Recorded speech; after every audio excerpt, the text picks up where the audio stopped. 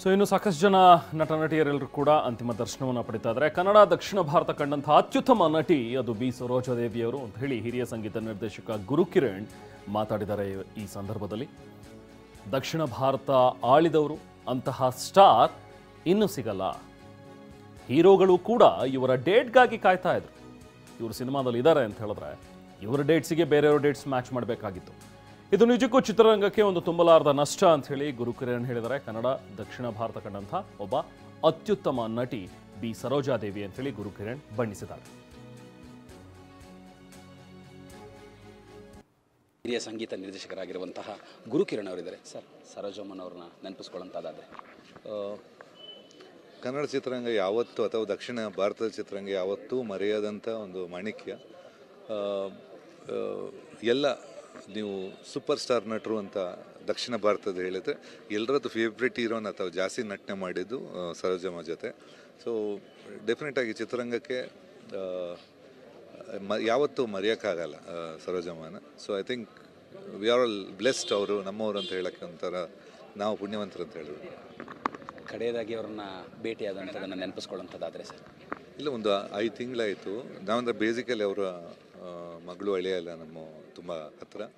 So casual ಸಿಗ್ತಾ ಇರ್ತೀವಿ. ಅಂದರೆ ಬೇಸಿಕಲಿ ಜಾಸ್ತಿ ಮಾತಾಡೋಕ್ಕಂದರೆ ನಮಗೆ ಈಗ ಸ್ಟಾರ್ಸ್ ಅಂದ ಕೂಡಲೇ ನಮಗೆ ಆ ಭಕ್ತಿ ಭಾವ ಇದೆ. ಅಂದರೆ ಕ್ಯಾಶುವಲ್ ಮಾತಾಡೋದು ಕಮ್ಮಿ, ಎಲ್ಲ ಕ್ಯಾಶುವಲಿ ಕುಶಲೋಪರಿ. ಕೊರೋನಾ ಸಂದರ್ಭದಲ್ಲೂ ಕೂಡ ಚಿತ್ರರಂಗದ ಹಿರಿಯರಿಗಾಗಿ ಅವರು ಒಂದು 2 ಲಕ್ಷ ರೂಪಾಯಿ ಅಷ್ಟು ಅನುದಾನವನ್ನು ಮಾಡಿದರು ಅನ್ನೋದು. ಇಲ್ಲ, ಅವರು ನನಗೆ ಗೊತ್ತಿದ್ದ ಮಟ್ಟಿನಲ್ಲಿ ಹೇಳಿಲ್ಲ. ಬಟ್ ಒಂದು 4 ಲಕ್ಷ ಕಲಾವಿದರಿಗೆ ಅಂತ ಕೊಟ್ಟಿದ್ದಾರೆ. ಐ ಥಿಂಕ್ ಸಂಗೀತಗಾರರಿಗೂ ಅದರಿಂದ ದುಡ್ಡು ಸಂದಿರುತ್ತೆ.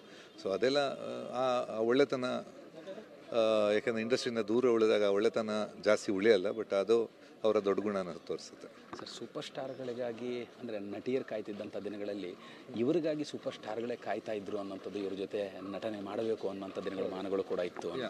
ಎಲ್ಲ ಸೂಪರ್ ಸ್ಟಾರ್ಗಳು ನಾನು ಈಗಿನ ಥರ ಅಲ್ಲ, ಮುಂಚಿಂದ ಎಲ್ಲ ನಂಬರ್ 1 ಸೂಪರ್ ಸ್ಟಾರ್ಗಳು. For example NTR, MGR, Rajkumar, ಈ ಥರ ಒಂದೊಂದು ಪ್ರತಿಯೊಂದು ದಕ್ಷಿಣ ಭಾರತ ಎಲ್ಲ ಅವರ ಡೇಟ್ಸ್ಗೋಸ್ಕರ ಕಾಯ್ತಾ ಇದ್ದು. ಹಿರಿಯ ನಟಿ ಸರೋಜಮ್ಮನವರು ಇವತ್ತು ಇಹಲೋಕವನ್ನು ತ್ಯಜಿಸಿದ್ದಾರೆ. ಅವರ ಅಂತಿಮ ದರ್ಶನವನ್ನು ಈಗ ಆಲ್ರೆಡಿ ಹಿರಿಯ ನಟರಾಗಿರುವಂತಹ ಸಾಧು ಕೋಕಿಲ್ ಅವರು ಪಡೆದು ಬಂದಿರುವಂಥದ್ದು. ಅವ್ರನ್ನೇ ಮಾತಾಡಿಸ್ತಾ ಹೋಗ್ತೀನಿ. ಸರ್, ಈಗ ಅವರ ಅಂತಿಮ ದರ್ಶನವನ್ನು ಪಡೆದ್ರಿ, ಏನು ಹೇಳ್ತೀರಿ ಸರ್? ಒಬ್ಬ ಮೇರು ಕಲಾವಿದೆಯನ್ನು ಕಳ್ಕೊಂಡಿದ್ದೀವಿ, ಅದು ಫಸ್ಟ್ ನಾನು ಹೇಳಬೇಕು.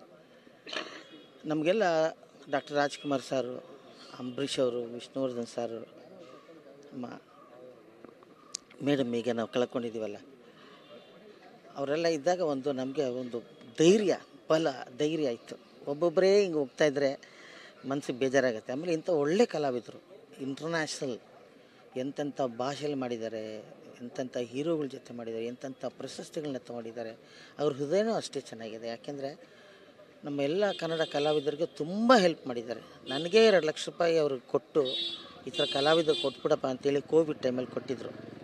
ಕಲಾವಿದರಿಗೆ ಫುಡ್ ಕಿಟ್ ಎಲ್ಲ ನಾವು ಕೊಟ್ಟಿದ್ವಿ ಆ 2 ಲಕ್ಷ ರೂಪಾಯಲ್ಲಿ. ಅದರಿಂದ ಅಂಥ ಒಂದು ಕಲಾವಿದರನ್ನ ಕಳ್ಕೊಂಡಿದ್ದೀವಿ, ಬೇಜಾರಾಗುತ್ತೆ. ಬಟ್ ದೇವರು ಒಳ್ಳೆ ಸಾವು ಕೊಟ್ಟಿದ್ದಾನೆ. ಮನೇಲಿ ಕೂತಿದ್ದಂಗೆ ಅವರನ್ನು ದೇವರು ಕರ್ಕೊಂಡೋಗಿದ್ದಾನೆ. ನೋವಿಲ್ಲದೆ ಆರಾಮಾಗಿ ಹೋಗಿ ದೇವ್ರ ಪಾದಕ್ಕೆ ಸೇರಿದ್ದಾರೆ. ಅವರ ಆತ್ಮಕ್ಕೆ ಶಾಂತಿ ಸಿಗಲಿ, ಮತ್ತು ಅವರ ಮಕ್ಕಳಿಗೆ ಧೈರ್ಯವನ್ನು ಸಿಗಲಿ ಅಂತ ಕೇಳ್ಕೊತೇನೆ. ಕೊನೆಯದಾಗ ಅವ್ರನ್ನ ಭೇಟಿಯಾದಂಥದ್ದು ನೆನಪಿಸ್ಕೊಳ್ಳೋಂಥದ್ದಾದರೆ, ಈಗ ಮೊನ್ನೆ ಯಾವುದೋ ಒಂದು ಫಂಕ್ಷನಲ್ಲಿ ಮೇಡಮ್ ಯಾವುದೋ ಸಿನಿಮಾ ಥಿಯೇಟ್ರಲ್ಲಿ ಬಂದಿದ್ದರು. ಬಂದ ತಕ್ಷಣ ನಾನು ಕೈ ಹಿಡ್ಕೊಂಡ್ರು, ನಾನೇ ಮೇಲೆ ಕರ್ಕೊಂಡೋಗಿ ಕೂರಿಸಿದೆ. ಚೆನ್ನಾಗಿದ್ದರು, ತುಂಬ ಚೆನ್ನಾಗಿದ್ದರು, ಏನೂ ಮಾಡೋಕ್ಕಾಗಲ್ಲ. ಬಟ್ ನನಗನ್ಸಿದ್ದು ದೇವರವ್ರಿಗೆ ಒಳ್ಳೆಯ ನೆಮ್ಮದಿಯ ಒಂದು ಅಂತ್ಯವನ್ನು ಕೊಟ್ಟಿದ್ದಾರೆ.